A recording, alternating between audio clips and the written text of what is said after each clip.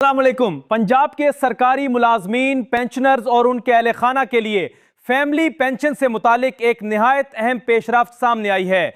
इस फैसले का बराह रास्त फायदा उन बेवाओं और गैर शादीशुदा बेटियों को पहुंचेगा जो किसी मरहूम सरकारी मुलाजिम की फैमिली पेंशन की मुस्तहिक हैं। पंजाब हुकूमत ने बेवाओं और गैर शादीशुदा बेटियों के लिए तायात पेंशन की सहूलत दोबारा बहाल कर दी है।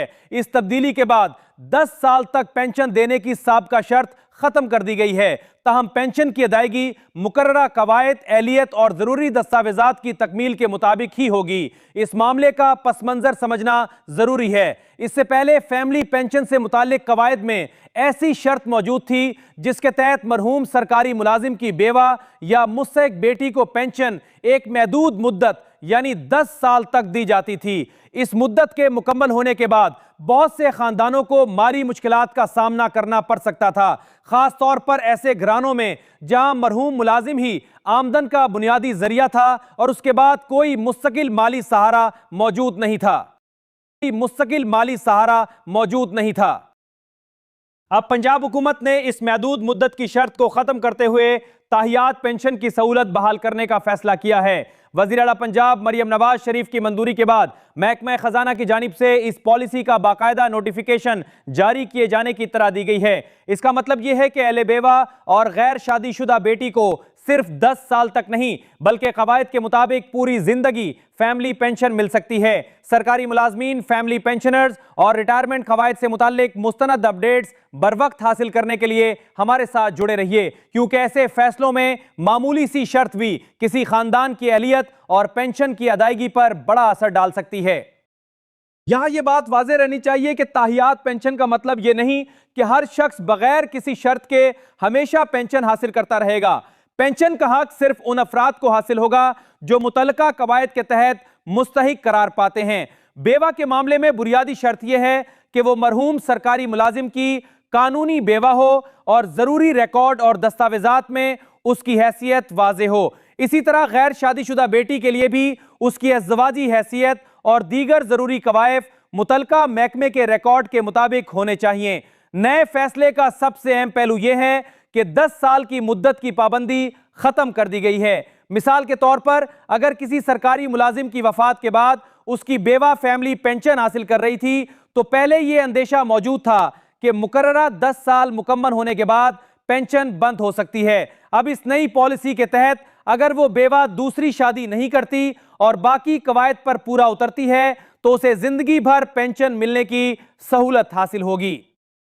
इसी तरह किसी मरहूम सरकारी मुलाजम की ऐसी बेटी जो गैर शादीशुदा हो और फैमिली पेंशन के मुकर्ररा ज़ाब्तों के मुताबिक अहल हो, वो भी ताहियात पेंशन हासिल कर सकेगी। यहाँ भी इसकी अहलियत का फैसला मुतल्लका सरकारी रिकॉर्ड, खानदानी दस्तावेजात और पेंशन कवायद की बुनियाद पर होगा। सिर्फ जुबानी दावे या गैर मुकम्मल कागजात पर पेंशन जारी नहीं की जा सकती, इसलिए खानदान को अपने तमाम रिकॉर्ड दुरुस्त और मुकम्मल रखने चाहिए। बेवा के लिए एक अहम शर्त यह भी बरकरार रहेगी कि अगर वो दूसरी शादी कर लेती है तो उसकी फैमिली पेंशन बंद कर दी जाएगी। इस उसूल का मकसद यह है कि फैमिली पेंशन सिर्फ इसी मुद्दत तक जारी रहे जब तक वो कवायद के मुताबिक मरहूम मुलाजम की मुस्तहिक बेवा की हैसियत रखती है। दूसरी शादी के बाद इसकी अज़वाजी हैसियत तब्दील हो जाती है, इसलिए पेंशन की अदायगी भी मुतल्लका ज़ाब्ते के तहत खत्म हो जाती है। इस शर्त को समझना बहुत जरूरी है क्योंकि बाज़ औक़ात खानदान या पेंशन वसूल करने वाले अफराद अपनी इज़्दवाजी हैसियत में तब्दीली के बावजूद मुतल्लका दफ्तर को बर वक्त आगाह नहीं करते। ऐसी सूरत में बाद में जायद अदायगी की रकम वापस लेने, पेंशन रोकने या रिकॉर्ड की मजीद जांच जैसे मसाइल सामने आ सकते हैं। इसलिए किसी भी तब्दीली की सूरत में महकमा खजाना, अकाउंट्स ऑफिस या मुतल्लका पेंशन ब्रांच को दुरुस्त और बर वक्त इत्तला देना जरूरी होगा। फैमिली पेंशन, तनख्वाहों, अलाउंसेस और सरकारी कवायद में होने वाली अहम तब्दीलियां आसान जुबान में समझने के लिए चैनल को सब्सक्राइब जरूर कर लीजिए ताकि किसी नई शर्त, वजाहत या नोटिफिकेशन से आप बेखबर ना रहें। नोटिफिकेशन में एक से ज्यादा बेवाओं के मामले से मुतल्लिक भी वाज़ेह असूल मौजूद है। अगर किसी मरहूम सरकारी मुलाजिम की एक से ज्यादा कानूनी बेवाएं हों तो फैमिली पेंशन की मजमूई रकम तमाम मुस्तहिक बेवाओं में बराबर तकसीम की जाएगी। इसका मतलब यह नहीं कि हर बेवा को मुकम्मल पेंशन अलग से मिलेगी, बल्कि मंजूर शुदा कुल फैमिली पेंशन को मुस्तहिक बेवाओं की तादाद के मुताबिक मुसावी हिस्सों में तकसीम किया जाएगा। मिसाल के तौर पर अगर किसी मरहूम मुलाजम की 2 मुस्तहिक बेवाएं हों तो मजमूई फैमिली पेंशन दोनों के दरमियान बराबर तकसीम होगी। अगर 3 मुस्तहिक बेवाएं हों तो यही रकम 3 बराबर हिस्सों में तकसीम की जाएगी। यहाँ किसी मखसूस रकम की मिसाल देना मुनासिब नहीं, क्योंकि असल पेंशन मरहूम मुलाजम की आखिरी तनख्वाह, सर्विस रिकॉर्ड, पेंशन के काबिल अज्जा और मुतल्लिका कवायद के मुताबिक मुख्तलिफ हो सकती है।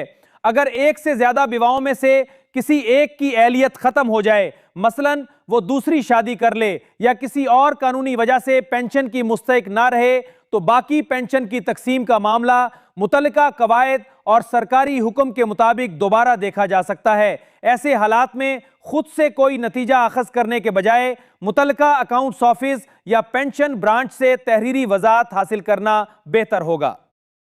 इस फैसले की अहमियत सिर्फ पेंशन की मुद्दत बढ़ाने तक महदूद नहीं है।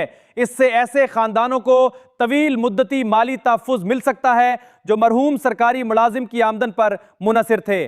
बहुत सी बेवाएं उम्र, घरेलू जिम्मेदारियों या रोजगार के महदूद मौके के बायस मुस्तकिल आमदन हासिल नहीं कर पाती। इसी तरह बाज़ गैर शादीशुदा बेटियां भी खानदान की माली सूरत हाल की वजह से फैमिली पेंशन पर इन्हिसार करती हैं। तायात पेंशन की बहाली ऐसे मुस्तहिक अफराद के लिए मुस्तकिल सहारा साबित हो सकती है। अलबत्ता हर केस की जांच अलग होगी। किसी शख्स का सिर्फ मरहूम मुलाजिम से रिश्ता होना पेंशन के इजरा के लिए काफी नहीं होगा। NADRA record, family registration certificate, निकाह या इज़्वाजी हैसियत से मुतालिक दस्तावेजात, वफात का certificate, pension papers, service book और दीगर मतलूबा रिकॉर्ड की जरूरत पेश आ सकती है। मुतल्लिका दफ्तर केस की नौयत के मुताबिक मजीद सबूत भी तलब कर सकता है। वो खानदान जिनकी पेंशन 10 साल की शर्त के बायस पहले बंद हो चुकी है, उन्हें फौरी तौर पर यह फर्ज नहीं कर लेना चाहिए कि पेंशन खुदकार तौर पर बहाल हो जाएगी। मुमकिन है उन्हें दरखास्त, तस्दीक, साबका पेंशन रिकॉर्ड और एहलियत के सबूत मुतल्लिका दफ्तर में जमा कराना पड़े। पेंशन की बहाली, इसके मौसर होने की तारीख और किसी मुमकिना साबका मुद्दत की अदायगी का फैसला नोटिफिकेशन की तफसीली शराइत और मुतल्लिका हुकाम की जांच के बाद ही होगा। इसी तरह अगर किसी का केस पहले से ज़ेरे इल्तवा है तो उसे अपने महकमा, अकाउंट्स ऑफिस या जिला खजाना दफ्तर से ताज़ा सूरत हाल मालूम करनी चाहिए। सिर्फ सोशल मीडिया पोस्ट, गैर मुसद्दका पैगाम या वीडियो की बुनियाद पर अपनी एहलियत का हतमी फैसला ना करें। असल अहमियत सरकारी नोटिफिकेशन, पेंशन कवायद और मुतल्लिका दफ्तर की तहरीरी कार्रवाई की होती है।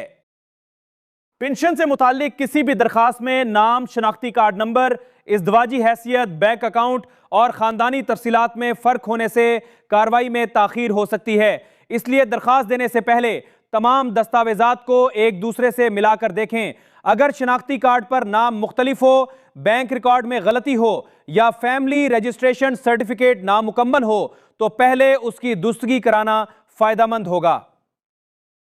ऐसी ही अहम सरकारी वजाहतें और पेंशन के अमली तरीक़ाकार जानने के लिए हमारे साथ राब्ते में रहिए, क्योंकि दुरुस्त मालूमात से गैर ज़रूरी चक्कर, ताख़ीर और कागजात की कमी से पैदा होने वाली परेशानी से बचा जा सकता है। ये फैसला पंजाब हुकूमत के दायरा इख्तियार से मुताल्लिक बताया गया है, इसलिए वफाकी हुकूमत या दूसरे सूबों के मुलाजमीन और पेंशनर्स को इसे अपने ऊपर खुदकार तौर पर लागू तसव्वुर नहीं करना चाहिए। वफाक, सिंध, खैबर पख्तूनख्वा और बलोचिस्तान के अपने पेंशन कवायद और अलग नोटिफिकेशन हो सकते हैं। दूसरे सूबे या वफाकी इदारे में काम करने वाले अफराद अपने मुतल्लिका महकमा खजाना या पेंशन दफ्तर से तस्दीक करें।